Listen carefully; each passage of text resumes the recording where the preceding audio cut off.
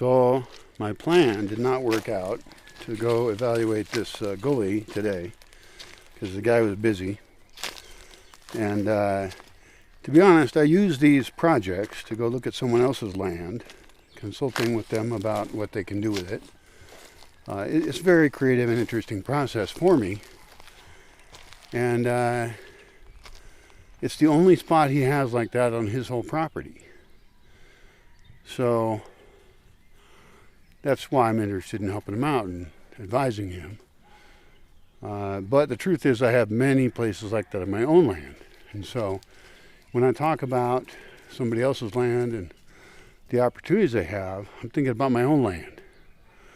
And I have a similar barranca, much deeper, different.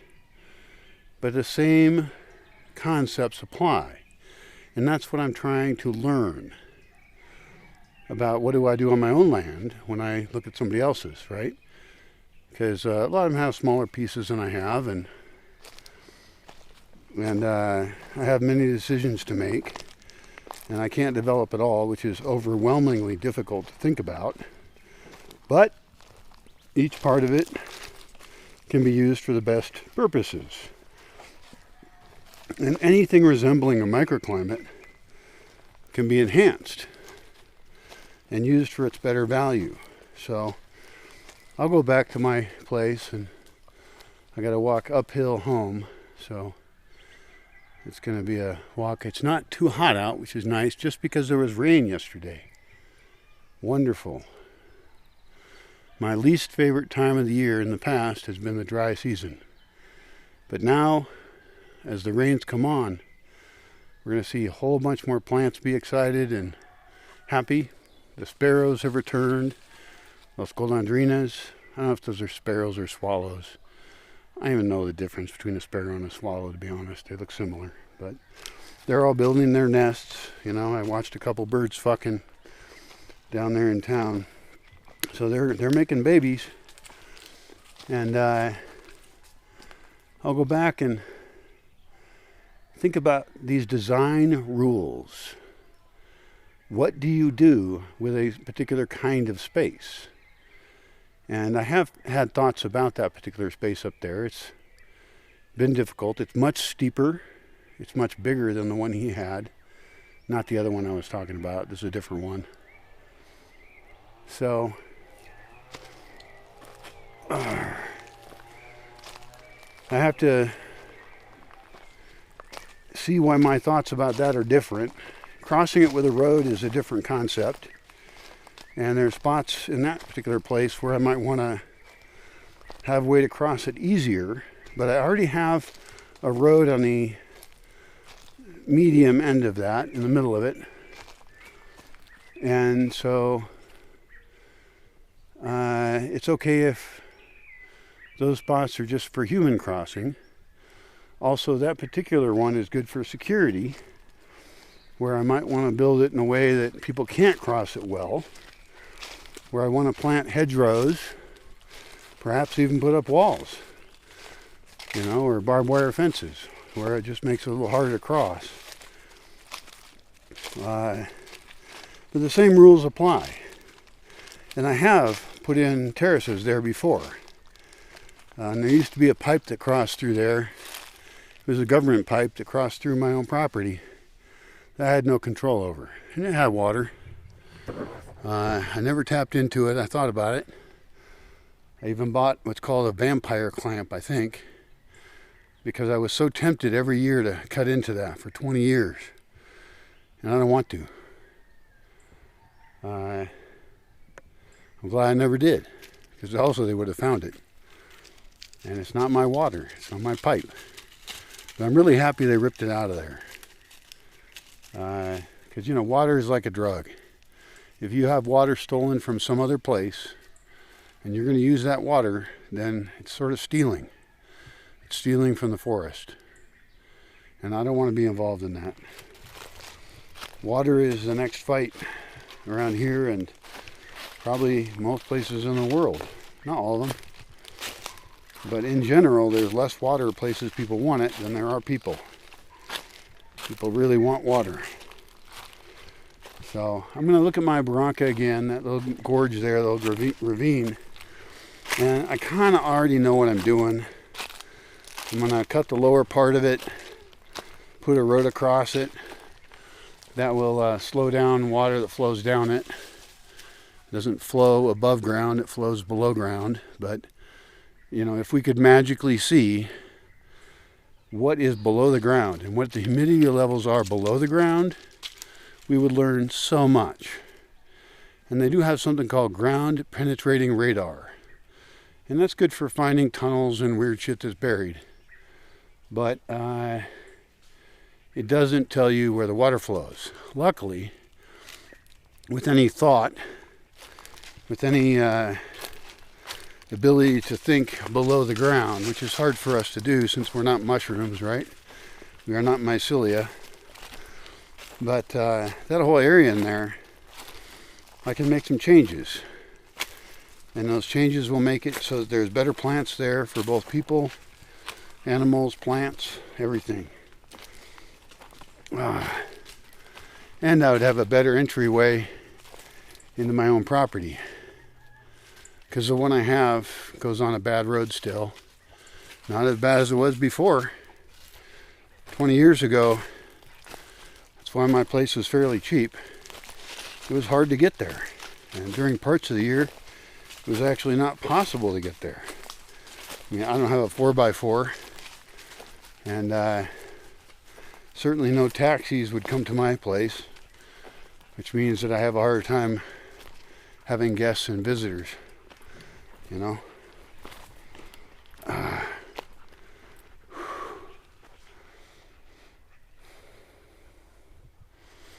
This is like intuition you build up over time. But I'm trying to turn intuition into deduction.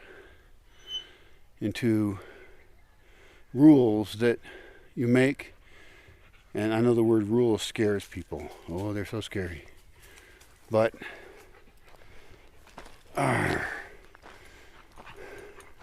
they're design rules. Rules are not made to be followed necessarily. They're general rules that work for given situations. And in that area, I think it's a perfect area to turn into a greater park. I've already done work, 11 years ago that cleared out a lot of space that now you can't even pass through it because there's so many young trees there. So I don't feel bad about that. You have to change your like time scale of thinking. Don't think in the short term. And don't think about the monetary value you can get from a place. Think about instead the beauty of all the plants that are there, the forest. And I think I know what I'm doing there, but to be honest, I know a couple spots of what to do. A lot of spots I don't know what to do. That's on my south side. I did another video about all that, thinking about it a lot. And it's a spot that's going to have a different long-term development plan for a future I won't be in because I'll be dead. But that particular gully is really interesting. And who knows, there's parts of it I might want to put a building in. That one I own. I own both sides of it, unlike the one I was going to look at today. So I can do whatever I want. I can put a building in it. That building could help people cross that easier. It opens it up to other uses. It's confusing. It should be confusing to think about all that. And I don't think anybody that I've ever heard of has thought about land use the way I do.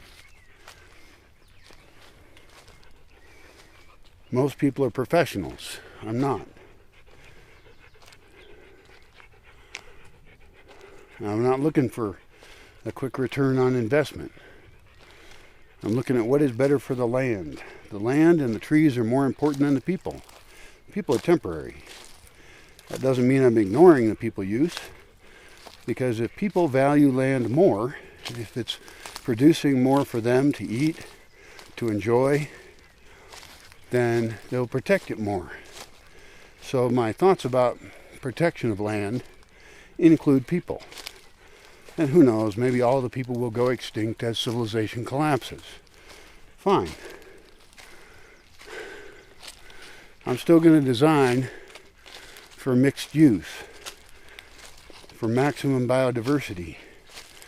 And so I know what to do on the lower part of that. I'm going to cut a whole ridge, well, a piece of a ridge, not that big really. Fill in some spots. There's another gully right near there that is closer to the road. Smells like death right here. Something died around here. Hope I don't find it. Seen too much death.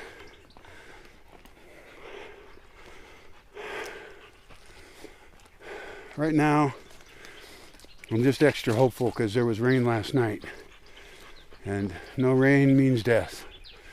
Rain, water, water's life.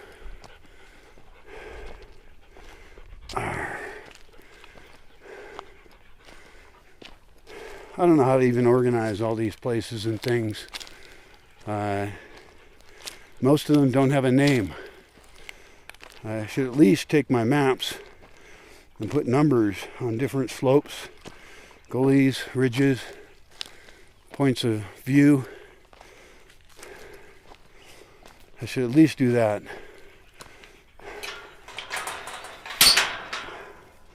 Some of it's very clear to me. And that's okay that I don't know everything, you know. Some places are not clear to me what I should do. But at least I've learned how to make certain kinds of decisions. And some of those decisions I need to make now are to create spaces for people now. You know, whether it's van lifers and campers or build buildings. I talked to a builder recently, a guy I actually trust, who understands the kind of values I have, and he's great.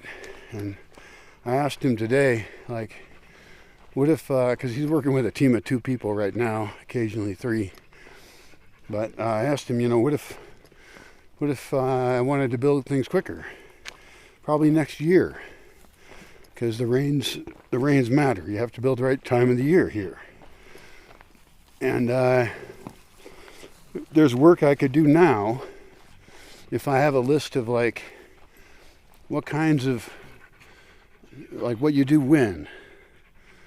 And it's a lot easier to build in a place where you already have some infrastructure, because then you can have water, you can have storage for it, you can make adobes. Supposedly the adobes from other places are better, but I don't know if that's true. I don't believe anyone. So, like this whole area in here, I pretty much know what I want to do. It's huge. It's enormous. And I know where I would put a larger building that could house a bunch of people with full rain capture, only composting toilets. All the electricity comes from the sun, and very little of it gets stored, because batteries are the big fault. They're the big problem with solar, is storing energy. And the easier way to solve that isn't with more batteries, although I'm pleased that batteries are theoretically improving, but they come from materials I can't get here. We can't make them. And so the entire, architectural design of the building should be made as if there was no additional power at all. I mean, maybe I should be planting trees here that you can make candles with. I mean, I have some trees that I could use for some things, but I'd love to spend $10,000, $20,000 just on collecting the best trees from around the world that are non-invasive, but that serve people for a post-industrial civilization. That's how things should be.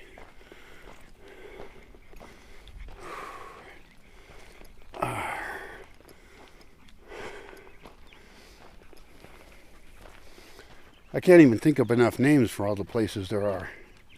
So I guess for now I should just take my map and number them.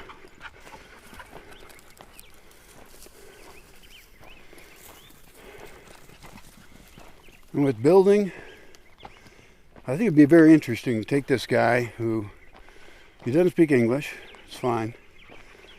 He knows what he's doing, and have like 4 buildings in progress, and I could have building workshops for people who care about this kind of stuff.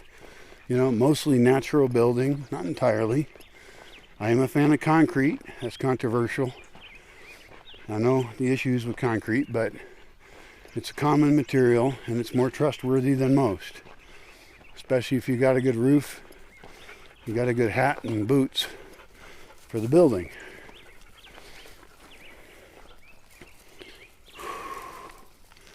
I made a map with all the buildings I could put in here, where they would go. And some of them are pretty big. And that's because I want to stack people up and leave most of the ground as ground.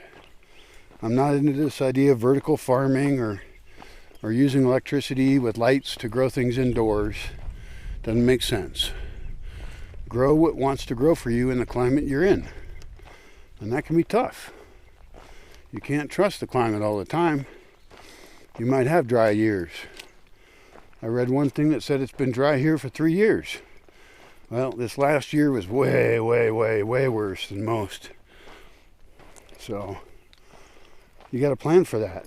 Like, storing more water than you would ever need just to stay alive. So you don't have to fight with people about water.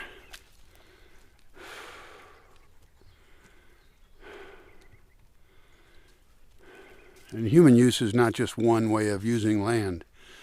It's many, because people don't all want to live the same way, right? I don't. I want to have different spaces for different kinds of people doing different kinds of things. Different stages of their life, different ages. And, you know, every plant itself is a puzzle. So, especially the ones I don't know anything about.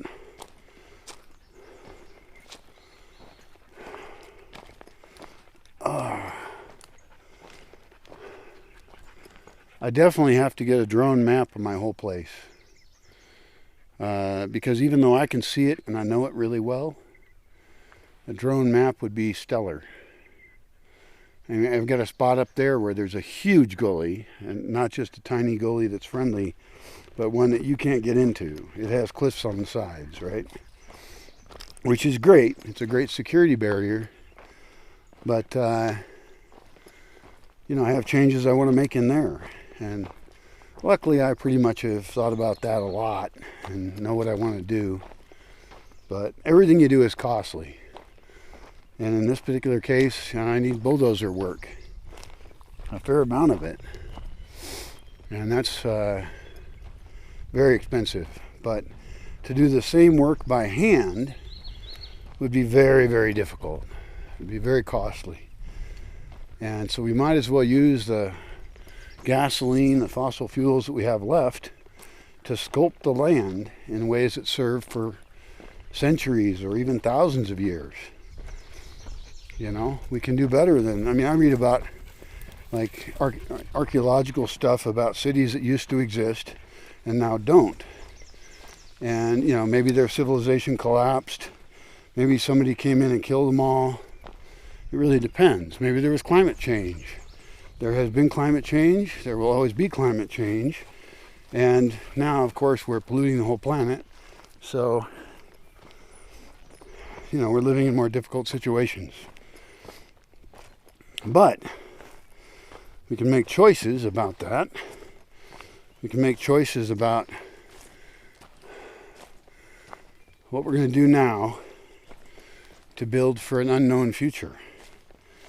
And so every building that's designed should be able to be heated and cooled without any extra energy. including wood. I mean, sure, there's ways we can use wood for cooking and heating and stuff like that, but I don't even want to use wood for heating. You know, that's a bad use. If we were only using wood for cooking to replace propane, which is very convenient right now, very cheap, what happens when that goes away? You know, how do we design the building properly?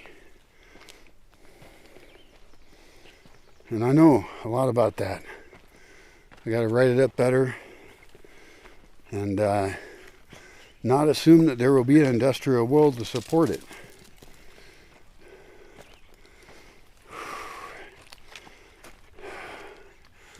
The sun is out again, but at least there's clouds in the sky. And maybe it will rain again tonight. And all my very thirsty trees and plants will start to grow again. I hope that's true. We shall see.